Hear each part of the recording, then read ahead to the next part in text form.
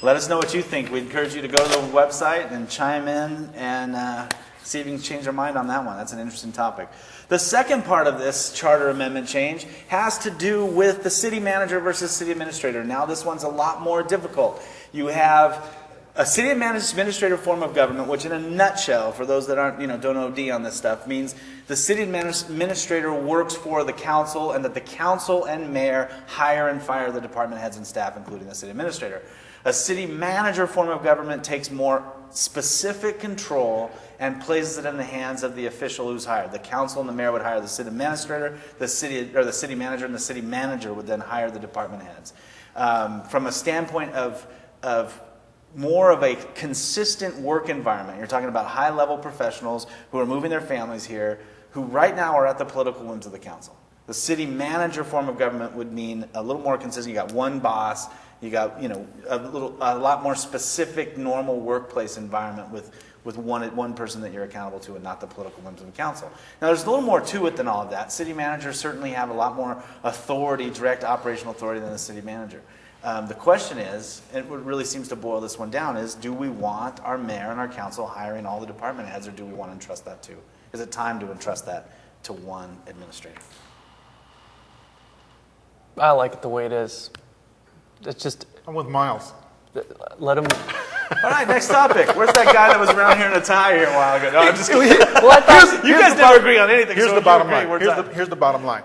It's the same, for me, it's the same principle. You take any power away from the voters and you put it in the hands of a very few people or one person, and I'm against it. But this isn't voting. There's a difference between the political representatives we hire and the professional, or that we elect, and the professional staff we hire. The city manager does not answer to me. The city council does. I'd rather the city council be accountable to me, and I have the power to vote them in and vote them out. If the city manager is the power in the government, then what power do I have over the city manager? And I vote for the city council, and then based on my general philosophy of what I like about Ashland, I want to trust that they're going to use that, they're going to flow that on through to the people that they put in place in the city. Otherwise, there's a disconnect between the people that are hired, who are professional city managers.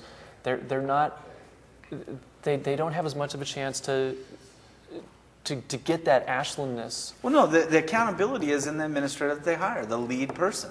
But at the staff level, do you really want your planning director feeling like he needs to politic? Do you really want your police officer thinking that your police chief, maybe she needs to go out or he needs to go out and politic for their job? Or you want them doing their job in a professional manner, being evaluated like you and I and just about anybody else in the work is? You do your work, you meet your evaluations, you go in, and if you don't do the job, your boss gets rid of you. Why would they have a need to politic? Because the simple when they have a need to politic, then you're talking about counselors that are the ones that have the problem. But we've seen it. We've seen now a political solution to the Planning Commission. We saw John McLaughlin, a longtime employee who had strong support in this area, literally removed by a change in election. We've seen a police chief who was local from this area, literally removed by political forces. Now, right or wrong, whether you agree with that or not, we never once knew what the city administrator, who is the supervisor of that person on a day-to-day basis, thought, because they didn't have that power. I like what you just brought up, though. A chief of police was literally removed by political forces, right? Yeah, exactly. Those political forces represent the people. If the people agreed with it, then that's fine. If the people disagreed with it, guess who's accountable to the people? Those folks we elected. If we didn't have those folks actually making those moves, we had someone beneath them making those moves, one step removed from the voters. How do we hold that person accountable? Then you got why don't we take it a step further and we'll start voting for, we got to make sure the secretaries treat everybody right. We'll vote for them as well. I mean, where's the line of just meddling? You're right. There is a line somewhere. The city council. The city council and the mayor. And the city administrator, but not the rest of the staff. These are not political people. The planning commissioner is not somebody you want who feels like they need to go out and earn their job. The city recorder, she runs for office, she's voted for office. Do you want to vote in a new city planner every 4 years? Because in effect, that's what you open up with this type of government. With city manager, you elect the top person, the people who directly represent you, and then you empower them to do your job. Let alone take the next step. We got a city council that can't get through its business on any given week.